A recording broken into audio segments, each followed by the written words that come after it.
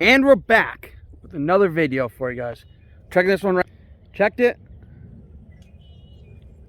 But make sure it's down. Tap it down. There we go. Should be good. They hit it, they're knocking it over, so. Unless there's a little rat, sometimes they don't mess with it. There's that trap. Alright, approaching the next trap. Look in the bank here, see if there's any chicks down there.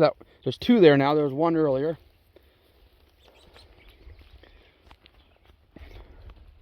No castor mounts here. They're probably coming up out of here. That chick looks chewed across his way there on the end. Take these chewed sticks here. Use them as visual attractors. This trap down here. Looking down here, coming down to this trap. Creek's pretty low. And I'm going to re-lure this one. And I'm going to move it down further. There's the reset. It's not the best. I'm kind of winging this one because this area is pretty low. Not a lot of activity up here. But there's a chance. But I'm not too worried about it. I really could blend it in if I can get in the water, but I have my regular boots on and I'm not going in the creek. But I mean, last year I just set it out there and he went right in it pretty much. Put the visual sticks here. I'm going to move them down to where my feet are. But going to add some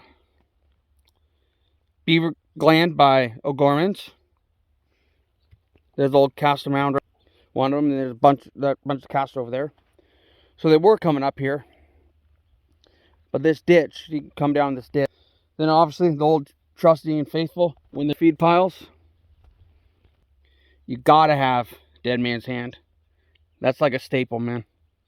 This stuff, I don't know what it is, but with the little castor lure and this stuff, got them last year. I don't even know what it is.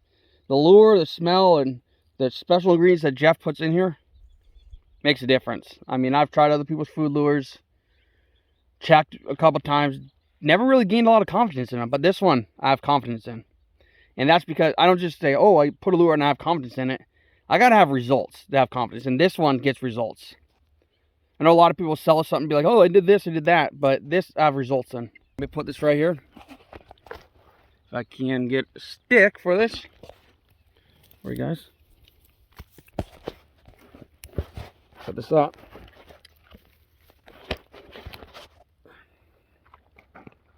Might not be able to see very well, but maybe I'll do it like that.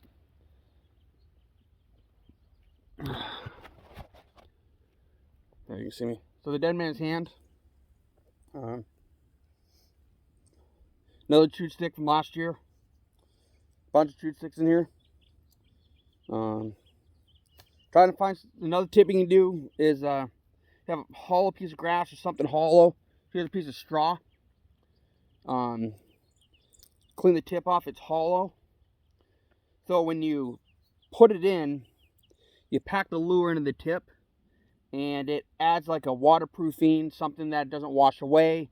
And if you tip it kind of in the bank and tip it down a bit, like that, as long as it's not a real runny lure, the rain will hit this and roll off and won't wash away the lure. If it's a really runny lure, you got to keep it up a bit and you keep it at a slight angle, and it will prevent a lot of it from washing away. And if it does wash in there, if you put this in the bank and you cut it short at a notch, usually it'll just wash it into the hole, and depending on how much rain you get, sometimes it'll wash it out, but not always. I'm going to break this in half. Get some of this dead man's hand. It's a food lure, and it really this stuff has the consistency of blackjack. It has the coon lure has the consistency of hellfire. It has the consistency of that stuff. Shoot traps, holy water. They all kind of share the same base of this stuff, and it's really good. It's really good waterproofing. It's like a smear lure, and I like it a lot. Another thing you can do is like find a smaller stick, right? Break it off and stick it in here. And hopefully that will give enough that you can stick it in the bank. Since this is a straw, it won't go in the bank. Now that you have that stick there, you can stick the stick in the bank and slide it in. So I'll hold it all together like that. Put this in there, pack it in, right? Hopefully, like, you want to pack it in. I got to get more of this because this stuff's freaking good. But man, it's like glue. It's try to pack it, but like I don't know how much it packs really. It's just so sticky that I'm trying to pack it in there and assuming it's packing, but I don't really know. Looks like it is. Clean as much of that off as I can because it's like packed in the hole. So don't want a lot of it. There's nothing against a lot of it, but I'm running low. Put a little more on there. So there's that. It's covered in that. All right, it's green. You'll see it when you come back if it's still there. So I'm going to take this, and I'll tell you right now, when I'm sticking that stick up in there, it's full. It is packed full. So I'm going to take this. There's the bank's right here. I'm going to stick it in the bank, and I'll show you that in a second. I'm going to stick it under some grass so it doesn't wash away. But it's there, but it's hidden. And so I'll show you that right now. There's the grass, but it's up under here. Right there. See it there? And now, go to the next lure. All right. I like this dead man's hand, man. I would straight up put it in some oatmeal, some goodies like that. And, yeah. Straight up. Smells good. I don't know what's in it. I think there's like a cinnamon note to it, but all Dunlap's lures are so complex with many depths and layers that it keeps animals' interest. So I'm not too worried, about it, but about them being interested. But I'll never figure it out. If I can get this open. This gland lure, this O'Gorman's Beaver gland. This is about a year old. It's super freaking thick. Look at that. It's like glue. Super thick. Look at that. You can even see where I dug it out last time for the lure. It's super thick, super waterproof. I like it. Smells very castery. There is something in there that's different than all the other casters out there that I've smelled. Different ingredient. Don't know what it is, but it's a very unique ingredient, and it definitely has a pull to it to the animals that I like. Get another whole piece of straw, just this banky grass stuff, the stems. Wow, that stuff is thick, man. Super thick. You get a nice chunk of this. Blend it up a bit. Get the waterproof base in there working. Nice dark caster, so you know it's aged well. A lot of places aren't selling it anymore, so you have to like call them directly. You can get their number online, ask around. But I like their lure. Nice chunky lure too.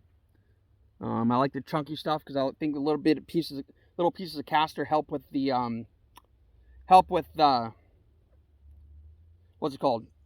Having more caster smell in the lure versus ground up into fine dust. And when it like washes away, there's little pieces of caster on the stick that last longer. So that's what I like about it. But each their own, you know what I mean? It's something that I've noticed over the years. I started trapping in like 2013, 2014 with a mentor of mine. He taught me the ropes down the road here.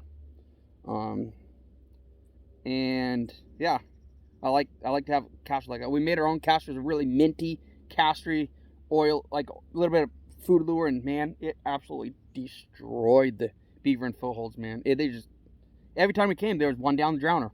And pulling that drowner up is so fun that you pull it up and it's like, you never know what's on there, how big it's going to be, what's going to be on there. It's great. I love it. Even with the tracks around, you don't know. There's a nice chunk caster. And I'm going to stick this up onto the bank here too.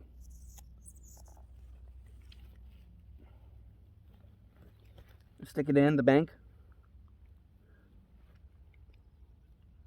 And I got a little on my hand. I'm going to show you that in a second. Wipe it off on this visual stick. Put the visual stick there. Another visual stick here. So I was reading up on visuals, and they make a difference. Casters there. See that really black spot right there. Then the food lure is right tucked under there. And in theory, it might hinder the smell, but I don't want it to wash away. We're going to get rain. There's the visual sticks right there. There's a couple pieces of grass hanging down, which I think helps.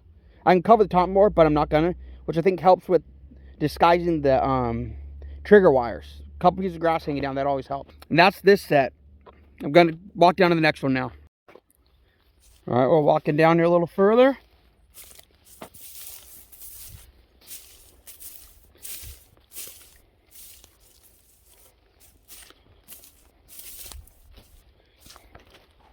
There's that trap. Show you that. Nothing in that. That's RBG. Walk over here.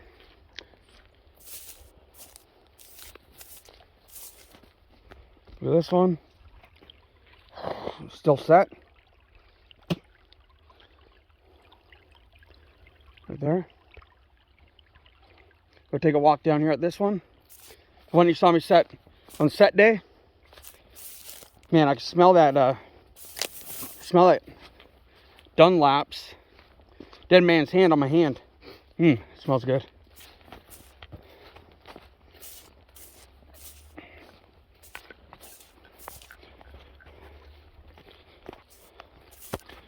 See if I can pull this up and move it out further. There's a trap there.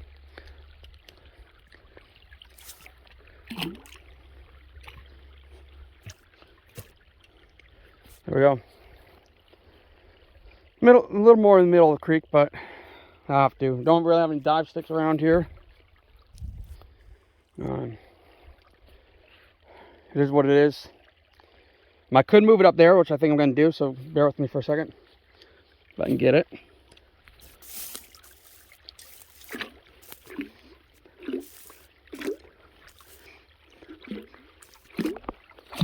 If I can get it in there. I can't get it up that far, but come on. No, I have to go over a little more. There we go. A little better, but it is what it is. So moving on. Whoa, it's really dark. Boy, oh boy. Come on, light. There we go.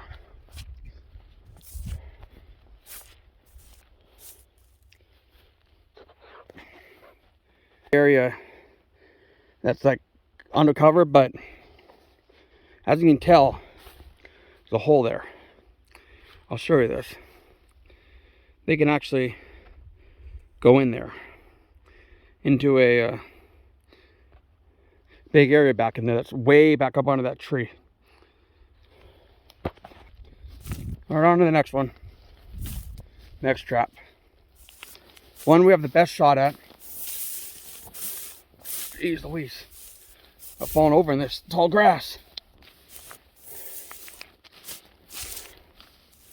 So this is the trap that we have the best shot at. It's always the last trap. If you're still here, well, it's probably going to be worth your while. We have a 48-hour check, and it's been 2 days. This is the second day of our 48-hour check, so we're within 48 hours. But this is the best. Oh, I'm out of shape, even though I work physical labor, man. Out of shape. But these are your best shots, so pause the camera here to this one, and you'll see me walking in the next one. So walking into this one, there's a short hop up the field.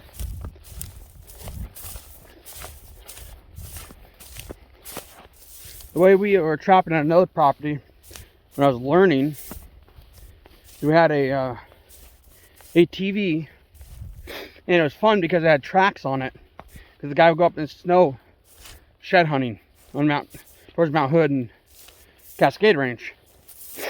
And it was a lot of fun driving that thing in the mud, because the mud would be everywhere. And, oh, it was a lot of fun. And a lot of good memories doing that. A lot of good memories doing that. Gonna go in there and check now. I've got the first look in there. Let's give you guys a look in. This is where the otter came from. And he didn't even move the stand last time. So